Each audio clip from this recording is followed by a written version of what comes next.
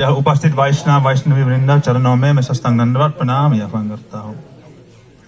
आज गुरुजी और हमारा गुरु परंपरा का आयोति की कृपा से 84 कोष ब्रजमंडल परिक्रमा करते हुए हम इसी स्थान पर आए श्री बंडीर वट। इस स्थान को अनेक महत्व है, बहुत महत्व, और विशेष रूप से हमारा गौड़ीय रूपानुग गौड़ीय गुरु संप्रदाय ब्रह्म मध्य गौड़ीय वैष्णव संप्रदाय के लिए यह स्थान का विशेष महत्व है। क्यों, क्या विशेष महत्व? गुरुजी ने इसी वेदी बनाकर यहाँ पे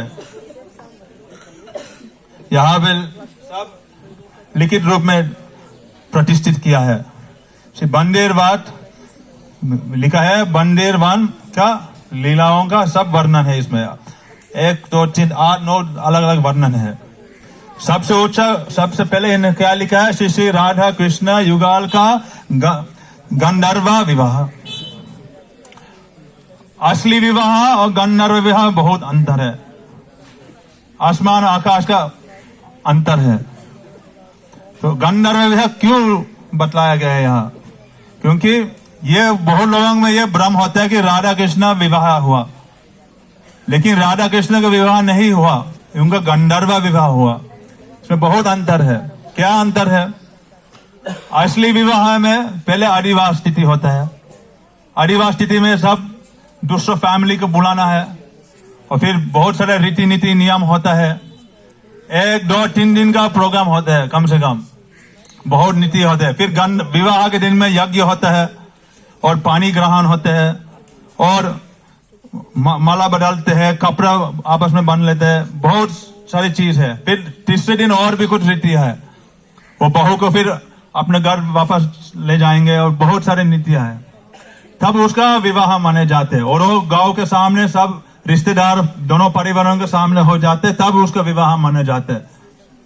आजकल जो लव मैरिज है विदेश में इधर चलते हैं, वो पूर्व कालों में यहाँ नहीं होता था। वो आधुनिक चीज है। ये ब्रज में ये सब ये और इंडिया में कभी नहीं होता था, अभी शुरू हुआ यहाँ। तो फिर गंधर्व विवाह क्या चीज है? फिर तो बतलाया गया हमारे पुराणों में, शास्त्रों में बतलाया गया कि एक दिन नंद बाबा कृष्ण को लेके जा रहे थे इसी रास्ते में। तो उस समय आकाश में बहुत सारे बादल आए हैं और ऐसे लग रहा था कि आंधी तूफान आने वाले हैं। तो उस समय क्या हुआ? राधा जी आए, 14 से किशोरी आए और कृष्ण का, नंद बाबा का हाथ से कृष्ण का पकड़ के इसी स्थान पर, इसी कुंज में ले आया। जब छोटी राधा छोटा कृष्ण यहाँ पर आया, जब देखा कोई नहीं है, फिर अपना किशोर स्वरूप प्रकट किया और साथ ही साथ आस्था सा किया, मंजरियों यहाँ भी प्रकट हुआ।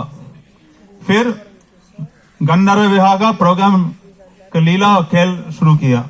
ब्रह्मा जी भी प्रकट हुआ और उस समय ब्रह्मा जी के आदेश से दोनों ने माला बदलाया। गंधर्व लोक में गंधर्व कैसे विवाह करते हैं? ऐसे करते हैं।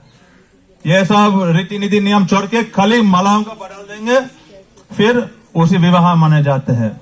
जैसे विदेश में लव मैरिज, ऐसे माला बदल दिया, बस विवाह हो गया। विदेश में बोलते आई लव यू, फिर मैरिज हो गया। ऑफिस में जाते हैं, आधा घंटे में बस हो जाते हैं। बस ऐसे गंधर्व विवाह उसने माला बदल के एक लीला रचाया, एक खेल। फिर सखियों ने गाना वाद्य बजाने लग गया और ऐसा सुंदर खेल लीला रचाया। इसके बाद में फिर लीला खेल होने के बाद में राधा कृष्ण दोनों सारे सखिया अंतर्धान हो गया। राधा कृष्ण अपने बालिका बालक स्वरूप प्रकट फिर दोबारा में आ गया। फिर राधा जी कुंज के बाहर निकालकर नंद बाबा में कृष्ण के हाथ में रख के फिर राधा जी ने चले गया। तो इसी गंधर्व विवाह माने जाते हैं। देखो, यदि राधा कृष्ण का विवाह होता तो राधा जी फिर नंदगांव में क्यों रहने नहीं लग गए? ससुराल में रहने लग जाना चाहिए ना। तो किसी शास्त्र में वर्णन है कि राधा जी ने नंदगांव में रहने लगा? कोई वर्णन नहीं है। और दूसरा प्रमाण है, देखो इंडिया में उपनयन संस्कार से पहले विवाह कभी होता नहीं है। कृष्ण जी का उपनयन संस्कार कब हुआ? जब मथुरा गया, कंस का वध किया। कंस का वध करने के बाद में वो यदुवंश ने सोचा यदि हम कृष्ण का उपनयन संस्कार अभी जल्दी नहीं करेंगे, कृष्ण को ब्रज की याद आ जाएगा, फिर मथुरा छोड़ के दोबारा ब्रज चले जाएंगे हमें छोड़ के। इसलिए जल्दी से जल्दी एक दिन के अंदर उनका उपनयन संस्कार कराया, फिर यहाँ से उज्जैन संदीपनी मुनि के पास भेज दिया पढ़ाई करने के लिए। तो इंडिया में भारत रीति में, भारत संस्कृति में है उपनयन संस्कार के बाद में विवाह होते, उससे पहले नहीं है। इसलिए और कृष्ण राधे जी कभी नंदगांव में अपने ससुराल में गए नहीं, इसलिए राधे जी का विवाह कहाँ हुआ? अयंग घोष से। वो अयंग घोष कौन होते? अभिमन्यु, वो यावत में। इसलिए गुरु जी भी जैसे यहाँ उन्होंने ये वेदी निर्माण किया, उस प्रकार उधर यावत में भी उसने मंदिर का वो रिपेयरिंग किया, उसका निर्माण किया। और वहां अयन घोष, जटिला कुटिला का सब मूर्तियां है, और वहां राधे जी का ससुराल है। क्योंकि ये क्यों राधे जी का विवाह इसलिए कृष्ण से नहीं हो पाया, क्योंकि बोलते हैं परकीय भाव है रसरा उल्लास। परकीय भाव से रस को उल्लास होते हैं, स्वकीय रस में कुछ कमियां होते हैं। परकीय भाव में क्या है? उसमें बोलते हैं वम्यता, प्रचुन कामता, निर्धारता और दुर्लभता, ये 4 चीज रहते हैं उसमें। दुर्लभता मतलब परकीय भाव जो है वो बहुत दुर्लभ चीज है, वो उसका मिलन जो है दुर्लभ, वो रोज के नहीं होते हैं, कभी कभी होते हैं। और जब होते हैं उसमें ज्यादा उल्लास, ज्यादा रस होता है। निर्धारित बोलते हैं बहुत ऑब्स्टिकल्स, बहुत विघ्न बाधा आते हैं मिलन के लिए, और वो विघ्न और बाधाओं का पार करने के बाद ज्यादा दिल में उल्लास होता है। और वम्यता, प्रचुन कामता, राधा जी का भाव वम्य भाव है। जब कृष्णा अपने इच्छा प्रकट करते हैं, राधा जी अपनी इच्छा नहीं प्रकट नहीं करते हैं, वो चुप अपने इच्छा को छुपा लेते हैं और दिखाते नहीं कृष्ण को। फिर कृष्ण का अंदर और उसकी इच्छा बढ़ जाते हैं, अरे राधा जी हमें क्यों नहीं, हमारे तरफ क्यों नहीं देख रहे हैं। फिर और कृष्ण ज्यादा चेष्टा करेंगे राधा जी को पाने के लिए, फिर राधा जी नहीं और थोड़ा कृष्ण को डोरी रखेंगे, फिर कृष्ण का उत्साह और बढ़ेगा। और जब राधा जी देखते कृष्ण का बहुत इच्छा है, अभी मरने अवस्था में है, अपने मुकुट राधा जी के चरण में रख देते हैं, वेणु वंशी सब कुछ। तब राधा जी मुस्कुराते हैं, सोच अब कृष्ण का इच्छा है, फिर राधा जी कृष्ण से मिलते हैं। इसलिए परकीय भाव में ये सब सामग्री है, ये सब चीज है। स्वकीय रस में ये सब नहीं होते हैं, रोज के मिलन है और वो उसमें प्रेम का वर्धन नहीं होते है उसमें। इसलिए ब्रज में राधा परकीय भाव विराजमान है। जाय जाओ उज्ज्वला रसा सर्व रसासार, परकीय भाव जहां ब्रजते प्रचार। ब्रज में परकीय भाव है, सब समय विद्यमान है। और स्वकीय रस कहाँ है? वो तो गोलोक में है। गोलोक एक ब्रज के नीचे मथुरा का प्रकोष्ठ है, मथुरा के नीचे द्वारका का प्रकोष्ठ है, और द्वारका के नीचे गोलोक का। गोलोक में राधा कृष्ण का विवाह होता है, वो स्वकीय रस का प्रकोष्ठ है। और द्वारका में भी रानियों से कृष्ण शादी करते थे, रुक्मिणी सत्यमा इत्यादि 16,000 रानियों में से। लेकिन ब्रज में ये परकीय भाव ही सबसे विद्यमान है, और परकीय भाव में रसरा उल्लास, रस का उल्लास होता है। गुरु जी ये सब शिक्षा देते थे हमें और सुनाते थे, और गुरु जी इन पंडितों से सब लड़ाई भी करते थे, बोलते थे इन बातों को, और सब ब्रज पंडितों से भी ये बात बोलते थे। तो ये पंडितों गुरु जी बहुत सालों से जानते हैं, और हमारा सौभाग्य की बात है हम आए हैं, और आज तक भी ये सब विराजमान है।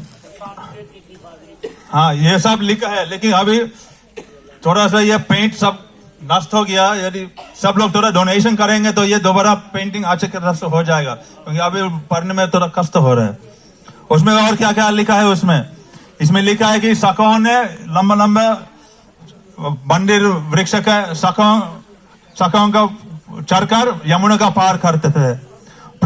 यहाँ पे प्रलंबासुर का वध भी हुआ, और कृष्ण जब वत्सासुर का मारा, कृष्ण के इसके बाद में गोपियों के पास आए, लेकिन गोपियों ने बोला तुमने गाय का वध किया, हमारे पास मत आओ, तुम्हारा पाप लग गया। फिर कृष्ण ने क्या किया? अपने वेणु से एक कूप बनाया और सब तीर्थों का आवाहन किया, फिर उसी में स्नान कर फिर ब्रज गोपियों से मिले, यह भी लीला यहाँ हुआ। और अनेक अनेक लीला यहाँ गुरुजी ने यहाँ लिखा। और मल्ल क्रीड़ा, यहाँ राधा कृष्ण का मल्ल क्रीड़ा भी हुआ। कृष्ण और राधा जी एक लीला किया कि हम मल्ल युद्ध करेंगे। कृष्ण का कोने में कौन? मरुमंगल। और राधा जी का कोने में ललिता। राधा जी का क्या, ओके कपड़ा ऐसे कैसे बनाते, इधर से बन लेते जैसे मल्ल युद्ध में करते। और कृष्ण का भी लंगोट पहना के ऐसा उनको तैयार किया। जब कृष्ण ने निकल कर आया, वो थोड़ा लेट में आया, राधा जी ऑलरेडी पहले से उधर अरीना में खड़े थे। जब कृष्ण ने आ रहा था, उसका राधा जी के देख के वो कंपने लग गया। फिर मरुमंगल ने बोला, हे क्या कर रहे हो, अभी से कंपने लग गया, क्या सोचेंगे, हमारा सखों का प्रतिष्ठा के बाद है, लड़कियों से हराओगे, हारेंगे आप, अपना कमर का सिरा कर दो, आओ। फिर थोड़ा आगे आया, एक दो कदम आगे गया। फिर राधा जी ने क्या किया, अपना नाता अपना दृष्टि से कृष्ण की तरफ देखा, ऐसे प्रेम से। जब राधा जी ने प्रेम से अपना कटक्ष ऐसे कृष्ण की तरफ देखा, कृष्ण वही मूर्छित हो गया, गिर पड़े, मूर्छित हो गया। फिर सब सखियों ने बोलने लगे, जय जय जय श्री राधे। और राधा जी का जय हुआ इसी जगह पे। हाँ, काला बन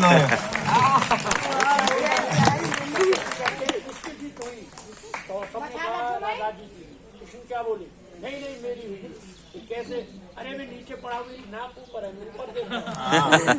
जिसकी नाक ऊपर वो जीता।